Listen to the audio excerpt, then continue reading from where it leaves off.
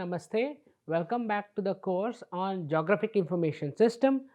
So, in the last week, we have learned about data models. What are different kinds of data models? How do we handle data? And now, the third week, we looked at how the data is generated, right? So, the next week, we have looked at how the data, once the data is generated, how do we handle it in terms of data model. Now, whatever the data that has been generated, so you need to understand the data quality. So, to understand this data quality, in today's this week specifically, we would look at what are the different data measures, data quality, data assessment techniques, errors that may have. So, these are actually the overall errors where most of us would have it, but I am not going into some very detailed specific details wherein which actually says that this may be an error, but I am giving you an entire list of errors and quality checks that the entire database or the entire population who may be handling GIS may have. Okay, so this is not very specific, this is for the entire population, but only thing is that if you can understand that what are the necessities, what may be the errors, then it would be really good enough for you to understand how the errors may come and how do you mitigate it. Okay, so in today's class, let's look at data quality, error and uncertainty in data in GIS. There are certain uncertainties associated with GIS, how the data is stored, how the data is manipulated. So, we will look at it. And then measures of spatial data quality and key factors. So, we have to also look at how do we measure a data quality. So, if there are certain data measures or the factors that are governing this quality, then we have to look at those. Then accuracy and precision. This becomes extremely important when you are actually putting out this in a public domain. If you don't say how much accurate is your data, and it may not be the users may not be able to adopt it for the real scenario when they are trying to look at your model. But if you have to be precise, you have to be accurate. So, how much accurate are you? Not all the data, as I said in my previous classes, can replicate 100% of the real world, but if it can replicate a certain percentage of the real world, then it is assumed to be accurate to that extent. So, what are those measures? We will look at it. What are the precision factors also we will look in this particular slides. Then we look at what is positional accuracy and attribute accuracy. Both of these are extremely important in terms of when you are looking at the database. Then finally, completeness and logical consistency. Is your database or GIS data that you have already put in the database complete, or has certain consistency, has some logic in it. If the logic is missing and the logical consistency is missing, then your database may not provide us the best results. So, how do we look at it? We will also go through in this particular set of lectures. Now, first when we look at data quality, the first thing when you always see the term quality. So, one thing is that when you go and buy grocery, so you try to look at the quality maybe in terms of price, maybe in terms of certain brands, maybe in terms of certain size of that particular product, or size and shape or the color of that particular product when you are normally buying in a grocery store. But in GIS it is extremely difficult in terms of understanding data quality.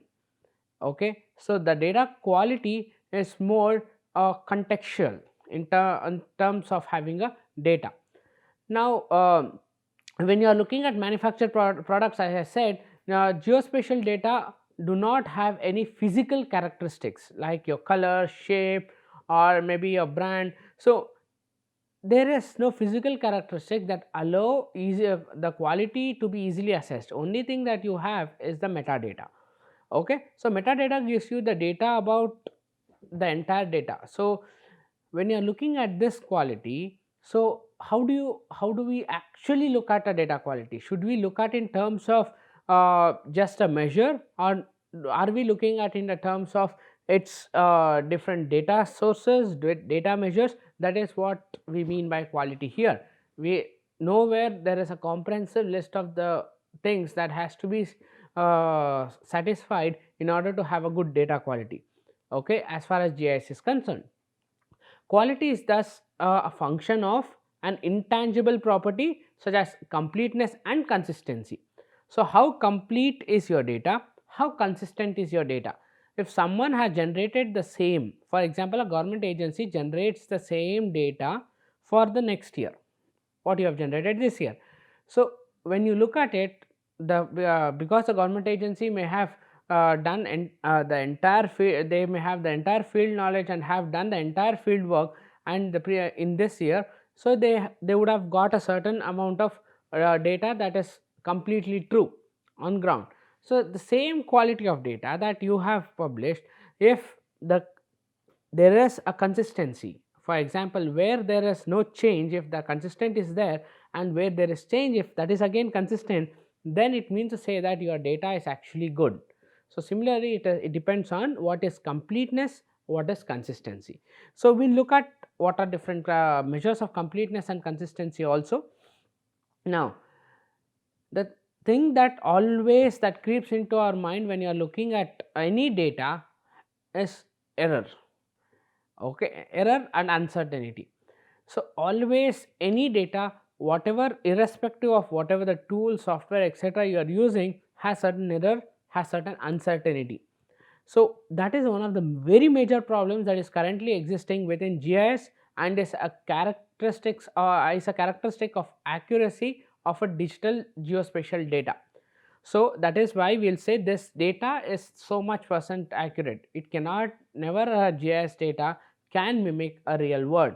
It cannot be 100% accurate, it cannot be 100% true, it cannot really mimic a real world, because real world is a continuous phenomena and you can see they have their own representations, okay, discrete representations. But when we are looking at here, we put it into real data in terms of converting it from a discrete continuous phenomena to only a discrete phenomena, as maybe line, polygon, etc.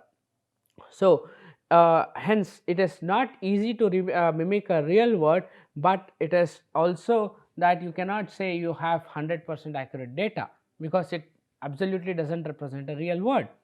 Then error propagation in GIS is mainly due to process of integration of several data sets. Okay.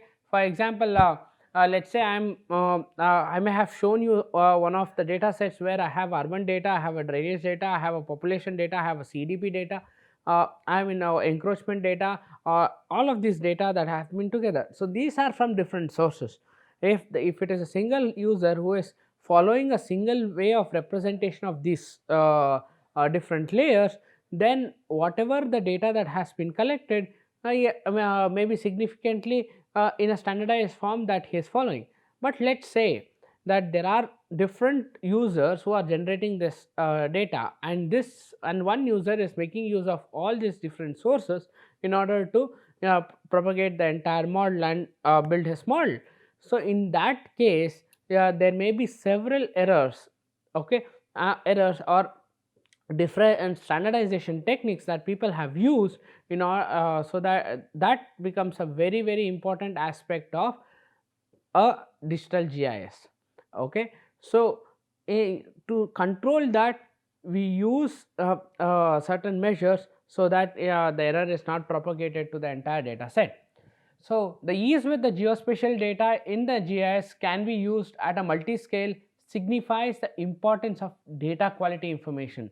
So, whatever the data that you have in this particular database, and you can integrate it any number of databases, and also you can use in a multi-scale information and with the same data. So, if you are trying to do that, then your the information should be accurate to a very large extent. Okay. Now, what may be the possible errors in GIS? So, there are a huge number of possible errors that GIS user can have, but I have listed a few of them which are major errors. Okay. So, I have not gone into every detail of this, maybe error if you have polygon like this or polygon closing. So, I have not gone into all those details, but I am signifying what may be the major errors which lead to your error propagation in the entire model. Okay. So, now when you are looking at errors in GIS, you may have wrongly assigned the coordinate system.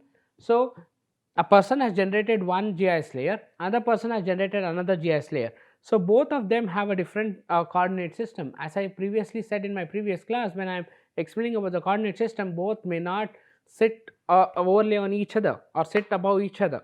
Okay. So in order to do that, if you have to do a top down analysis or bottom up analysis, you need to have provided a good compatible or maybe the same coordinate system, so that it is easily comparable.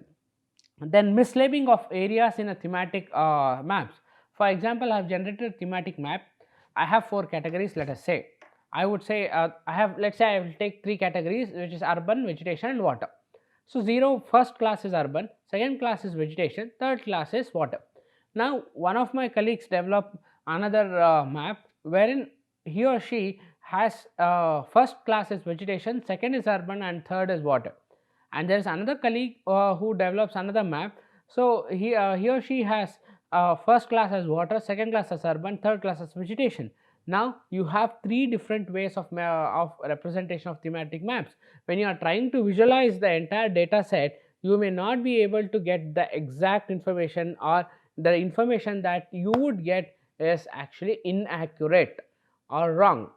Okay. So if this mislabeling is done, not done, so most of the times, most of the error comes through mislabeling. Please look at it and have the same labels for the entire data set that you are actually using. I am not saying that every map should have the same data, but if you are comparing, for example, if I am looking at urbanization process, anything that is concerned to urban growth, so I label it in a certain form in the first map, the same thing goes till the 100th map or nth map. Okay. So if that convention is followed, most of the errors are removed. Now the next one is misplacement of horizontal boundaries, the positional boundaries many a times. So this is most inaccurate way, because many of the times people have different sources of extraction of boundaries. So I have already said you can extract boundaries through Bhuvan, you can extract boundaries through Google Earth, you have to extract boundaries through your Survey of India topo sheets. So people have different ways of extraction of boundaries. So when you are extracting the boundary, you have to be extremely again careful with its metadata. Okay, look at the metadata. If all of the maps are generated with the same detailed boundary description, then it will be fine enough. Then mismatch in spatial and attribute data. This is another very important, wherein the mismatch happens with either a spatial data or the attribute data. Many a times it is spatial data rather than attribute data. Human error and digitizing. So we have discussed about these errors. So when you are digitizing certain polygons, maybe a lake, maybe a tree, maybe a building, so there may be a certain errors that creep in because of your digitization. So that errors may also lead to errors in GIS. So that also tells you that if you give a positional information, that shows what is the error, and it may not show where is the error, but it shows how much accurate is your data. Then the classification error, for example, when you are doing a raster land use land cover classification, okay, when you are using a land use classification, the classification error is a very important point where you are trying to understand how accurate is your data. Okay, whatever the data that you have put it in a public domain has to be extremely accurate. If it has to be accurate, then your classification should be very good. In order that this classification is very good, the error has to be minimal, which means the accuracy of the land use that you have generated should be validated in a proper way, and more importantly, that signatures that you have used must represent the entire heterogeneous classes. So we will look at all of this. We'll look at some of, at least some of these, when we are looking at it in the practical class. Then human bias. So there are certain biases. For example, if I'm from let's say from a particular city, so my bias is towards something, or if I'm looking at only urban phenomena and not the water phenomena, so my bias is towards urban phenomena. So the more detailed information is towards urban phenomena, whereas the water is neglected. So that kind of bias creep in, which is actually a major source of error. So all of these put forth forms an error. So in order to avoid or inform the user that how good is your data, not any of the data on the earth is 100% accurate. So we have to inform the user what is the accuracy of your map. Okay, so when you are looking at any of the measures, say if someone asks me, okay, you have so many errors, so how do you measure an accuracy of your spatial data? Since you said it is a subjective term, there are various measures of looking at spatial data accuracy. For example, when I say data accuracy, it may be a positional accuracy, it may be a attribute data accuracy. When I look at positional accuracy, it is absolute and relative. Okay, then we have data consistency. So data consistency is extremely important. How we'll measure, we'll also look at that. Data completeness is one measure of data quality. Then data timeliness. Okay, so if you are generating a regular data, so the regular intervals of time is extremely important in order to understand what the data set actually combines. Then there may be some more concepts like lineage and accessibility. When I say lineage, it is how the data has progressed from its birth, or from where it has been born, and till the usage, how it has progressed over time, how it has been improved, degraded, etc., over a period of time. So that is what is called lineage. Then you have accessibility. Accessibility is another factor wherein in today's context also, though we have a huge set of data that has been put out, some very important crucial data about maybe land area, maybe about the statistics of a city, etc., many of them are yet in closed domains. Though you can get so many details in Google, look at Google database, Google extract information from the earth surface through virtual globes, etc., but then also you have certain limitations on accessibility of this data, which is which may be extremely accurate. Okay, so such things also, looking at it, we can say what kind of data quality it has. If it is quite accessible, we can compare the data quality and understand how good the quality of the generated map is there. Now, as I said, so when we look at it, we have to look at it in 6 different ways. The first way, as I said, is completeness. When I say completeness, it is degree to which the necessary data is available for use. Okay, next, uniqueness. So it means that it is a degree to which data is unique and cannot be mistaken to any other entities. Okay, then you have consistency, degree to which the data is equal within or in between two data sets.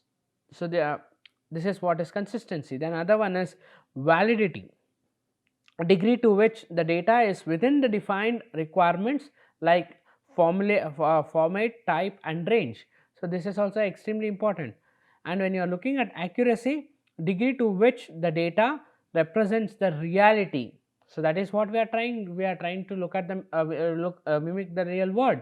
So this is what is extremely important in terms of mimicking the real world. And last but not the least, it is timeliness, degree to which the data is available at the time it is needed, and the amount of data that is available over a time bound period. So that is also extremely important in terms of data quality. So please remember, these are the six key factors when you are looking at the GIS data, when you are looking at the evolution of data. So look at all of these aspects. So once we have understood what is data accuracy, we will look at what are the aspects that are considered for data accuracy. For example, the first thing that actually starts with when you are measuring a data accuracy is the aspects of data acquisition. So how the data is acquired, what are the needs of acquiring that particular data, why the data has been acquired. Okay, then the costs that is involved in acquiring the data, accessibility, and the time frame. Other than this, the method at which it has been acquired also matters. Though I have not listed here, method is also a very important factor in terms of acquisition of a data. Then when we are looking at quality, as I informed you before, quality can be defined as one or more characteristics of a geospatial data that describe the extent to which it is for use, that is it. Okay. So, even if let us say that there is no data available at all, you have a bad quality data, then also that data is good for use. But if you have huge amount of data in the same domain, and if you have a bad quality data and if you have a good quality data, then obviously you will go for in a good quality data in order to see how good that particular data is. So, that is, or utilize that data for to extract some information out of it. Now, when you are looking at accuracy and measurement of accuracy, so when we define accuracy, so you should be extremely careful. It is the degree of correspondence between data and the real world. What I mean to say is the data model and the real world model fundamentally controlled by, so here I am very specific, it is fundamentally controlled, please be careful here, fundamentally controlled by the quality of input. If your quality of input is wrong or bad, then your entire accuracy is bad. Okay. So, many of people, when they are doing the land use classification, they come back to us and say, sir, we have we could not achieve a good accuracy of land use classification. Exactly, because the amount of field investigation that is involved, even looking at visually the scenarios that is in the real world and trying to propagate into the data model, or looking at the real world data, collecting the data. So, all of these would be missing. So, that is where the quality of input, when I say quality of input, you have to have certain field measurements in order to see that your data set, whatever you have collected, does not have any bias. So, once you have collected certain data from the ground and have put into the database, along with that you have certain data that you input based on your perception, based on various degree of perceptions. So, all of this put together will give you a better accurate data rather than using just a biased data. So, always remember that it is your input that actually matters when you are looking at the quality. Then when you are looking at the measurement of accuracy, so there is standard deviation is considered to be the measure of accuracy. Basically, the first thing that you do is that you populate the entire database. Then once you have populated it, you look at what is the mean of for example, if you are looking at the land use classification, look at the mean, then you look at the standard deviation of that particular and data. So, you know what are the different outliers in that particular data set, which can be either removed or which can be maintained in such a way that it provides some critical inputs during your classification. Most of the time these outliers are removed. Okay. So, so that is about accuracy and measurement. So, the next thing that we would look at is the error ellipsoid. So, this is another basic thing that people consider to be a mistake. So, how does it actually happen? For example, when you are surveying, error ellipse and error ellipsoid are utilized to visualize the uncertainty points. When I say error ellipse, it is a two-dimensional image. When I say ellipsoid, the ellipse rotated about its central axis, okay, or the primary axis. So, this is nothing but a three-dimensional figure. So, when you are looking at error ellipse, so for example, when you look at this here, so this particular thing here is nothing but your minor axis. Whatever you see here is a minor axis. When you look at this, this is a minor axis and this is your major axis. Okay. So, this is your ellipse that we have considered. Okay. Now, with this, if this is the ellipse that we have considered, now let us draw a box that is actually connecting the four different points that are one is the farther away and the other one is the closer. So, four different points as two pairs. Okay. So, once you have done this, the probability of any of the point that is lying outside the standard ellipse is much larger. Okay.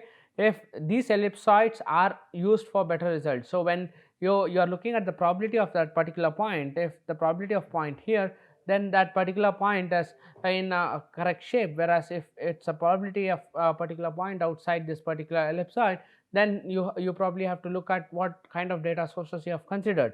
Okay, so when you are looking at this particular observation, the likelihood of observation or measurements lying within the given boundary is actually known as confidence. Higher the number of confidence, which is expressed in percentage, higher the amount of confidence, better is your data. Lesser the amount of confidence, less is your data. If you have huge number of data points that is lying inside this particular area, then you have your data is accurate enough to consider for the analysis. If there are some data points which are outside, these are those erroneous pixels which may not be actually considered erroneous data points. So looking at what is the amount of proportion, that gives you exactly what is the error ellipsoid. So that is why we draw an error ellipsoid and look at what is the proportion of points that is getting into this ellipsoid, and what is the proportion of points that is not in the error ellipsoid. So this is how you measure your error as an factor. Next, when another thing is the random and the systematic error. Deviations are normally it is random, but many a times it is systematic. Okay, but 90% of the time it is random. So these random errors can be corrected through various measures. I would not go into details of these measures because these are this has to be looked at when you have the entire data set. But when you are looking at the systematic data are computed using various measures. For example, using this particular equation. Okay, so that gives you the how the systematic error has been propagated through the same source. It may be originating, most of the systematic error originate from the same source, keep that in mind. Okay, so that is how you look at the random error and systematic error. But when you are looking at systematic error, see, it is the serious error that occur in the data. It may be due to malfunction of a particular sensor, it may be because of the error in the type of sampling that you are trying to do. So these are the errors that have to be always removed. So if these errors are not removed, then you are probably having the data set, your data may have certain issues when you are processing the entire data. So which means to say that you may give wrong outputs or wrong decisions when you are actually trying to understand the top down approach or the bottom up approach if you have certain issues like this. Redundancy of observation is used to remove this blunder. So redundant observations, many a number of observations can be used to remove this blunder. Outliers, which are probable issues, are to be removed by statistical testing. Errors may also appear in the data processing part. So that kind of errors is it is user specific. It cannot be looked at in terms of a theoretical aspect, but data processing errors also may creep in when you are looking at the systematic error point of view. Next is the precision. It is exactness of the measurement of a description. For example, I have different circles that I have put in here. When you are trying to actually provide a point that is actually fitting the first particular circle, the central circle, then it is accurate and precise. If the same point sits somewhere else, it is inaccurate. For example, in all of these three data sets, for example, when you see in the second case, this is neither accurate nor precise. But when you look at it in the third case, this particular thing is accurate enough, it is closer to whatever is the particular model, but it is not precise. Okay, it has certain amount of accuracy. It may be 80, 70, 60% accurate, but it is not precise. But the first figure is precise. Then the last one is neither accurate nor precise. Okay, so you have to look at what kind of data that you are actually handling and how this data is either accurate or precise. So it also expresses the repeatability of measurements, the size of the smallest feature which can be displayed, recognized or described. That is very important when you are looking at precision. It can apply to space time. for example daily versus annual, or attribute for raster data, it is the size of also a pixel, for example resolution. Okay. So we have to look at these aspects when you are looking. So whether it's accurate and precise, whether it is accurate but not precise, whether it is precise accurate not accurate, or both it is not accurate and not precise. So look at all of these possibilities when you are testing your GIS data. The last two things that we have to look at when you are looking at accuracy is positional accuracy. When you are looking at positional accuracy, it is nothing but a computed quantitative accuracy. Okay. So it is defined as a closeness of locational information to true position. So when you are looking at this positional accuracy, are two types. One is spatial, other one is temporal. When I say spatial, it is it again is divided into two types. One is horizontal accuracy and the one is the vertical accuracy. When you look at the horizontal accuracy, it is the distance from the true location that is displaced horizontally, whereas vertically it is the distance from the true height and the displace and the amount of displacement that it has in the true height. Okay. So difference from the true height and the displacement that it has from the true height, that is nothing but its vertical accuracy. So we look at both, one in the 2D model, other one is a 3D model. And when you are looking at temporal, it is a difference from the actual time or date. Okay. Actual time of your sample collection may be today at 10 AM, but your data that has been delivered by the Landsat may be at 10:30 PM. Okay, or 10:30 AM where the sampling time. So the half an hour difference is your positional accuracy of that particular point. So there may be certain things that are dynamic would have changed over 30 minutes. So when you are looking at your data, you should think about that kind of change that may have happened over a period of time. Then the next thing is attribute accuracy. Attribute accuracy or consistency is the validity concept in experimental design. How valid is your the concept in your experimental design. Then defined as closeness of attribute values to their true values. Okay, how close is the attribute value to its true value? That is a feature in what the GIS maps is supposed to be. Or for example, in this particular line, a railway line is a railway line itself and not a road. So that is what is, so you cannot assign a railway line as attribute value to be as a road, then it's a mistake. Okay. So if that kind of accuracy are verified, then such attribute accuracy may not pose a great challenge in terms of, if you have a good knowledge about the entire space and entire real world, then attribute accuracy may not be a big challenge. But in terms, if it's huge database having huge amount of data, then attribute accuracy poses a great challenge, because it has to be populated in a proper way. As I said, the last part of it is whether the database is complete. It is the reliability concept for an experimental design. For example, are all the instances of a feature, be very careful here, are all the instances of a feature, when it may be point, line or a polygon in a GIS or a map, a raster value in a map claims to include in fact that is there. Okay. So that is what is completeness, whether that is in the real world model. So if everything is correct, then your data is kind of complete. Then partially a function of criteria for including features, that is, when does a road become a highway? Okay.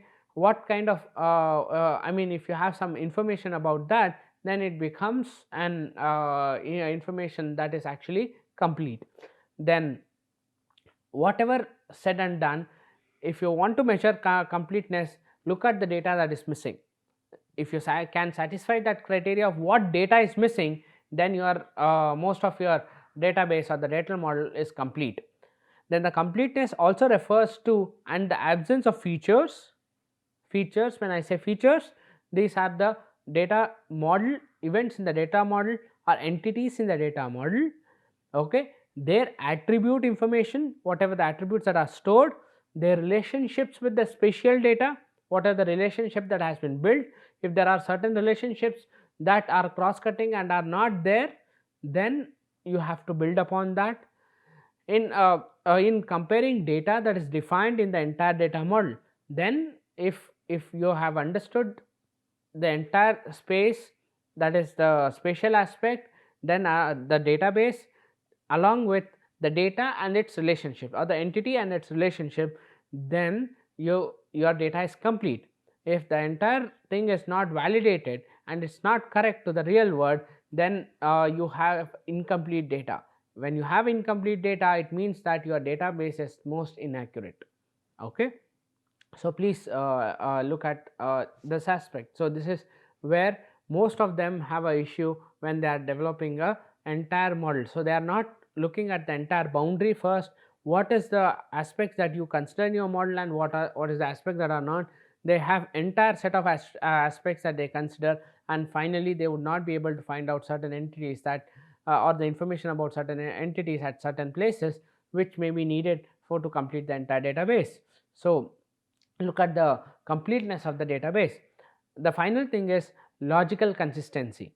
So the presence of a contradictory relationship in the database, the topological consistency that is there in the entire data, and the correctness of explicitly encoded topological characteristics of a data set. So this is extremely important when you are building the data set. So when you are looking at the topological data set, please see that how consistent this topological data set. You cannot have a topological data set with a sudden uneven way of representation. So please look at if there are certain things like that, correct it, edit the entire data, edit the data and correct such issues.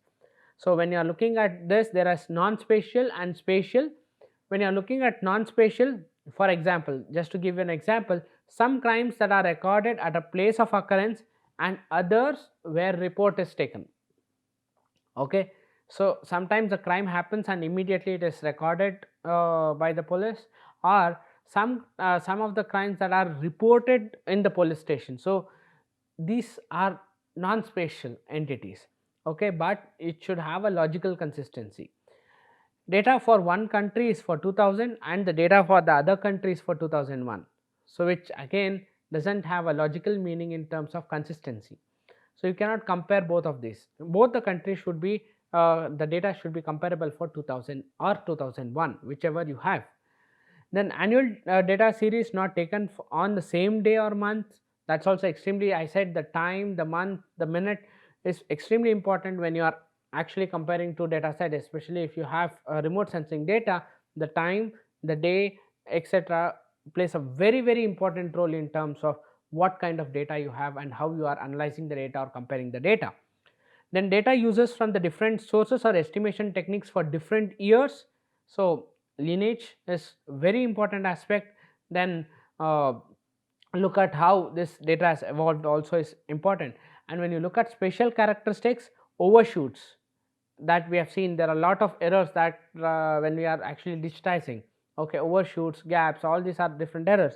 So look at those errors that may have creeped into the data.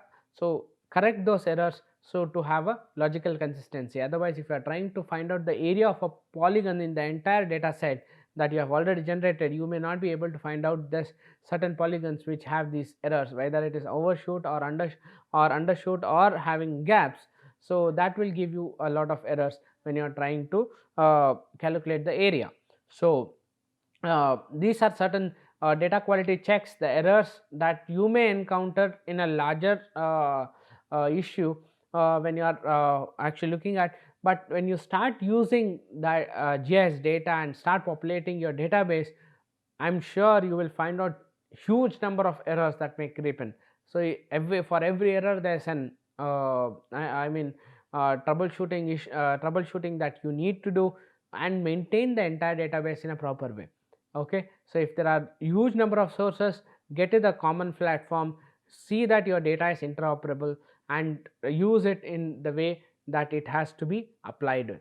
So keep this in mind, look at the standards, look at what are the different ways of handling the data, and then use that particular data. Otherwise you are going to mess with the entire data set.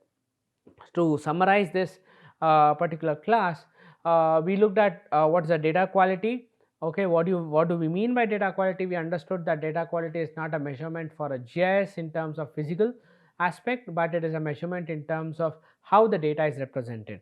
Then we looked at errors and uncertainties in the data. There are certain errors, there are certain uncertainties, the way we look at. We also look at how do we capture these errors in my probably next lectures. And then accuracy and precision. So not all data should be both accurate and precise, or it not all data will be both not accurate not precise, but it may be accurate but not precise, it may be precise but not accurate. So all of these things are possible. Then you have positional and attribute accuracy. What is the positional accuracy? How the positional accuracy is extremely important and how it is quantitative.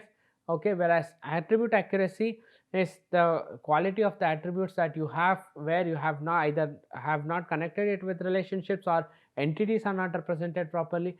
So all of these are very important in terms of looking at data and data quality.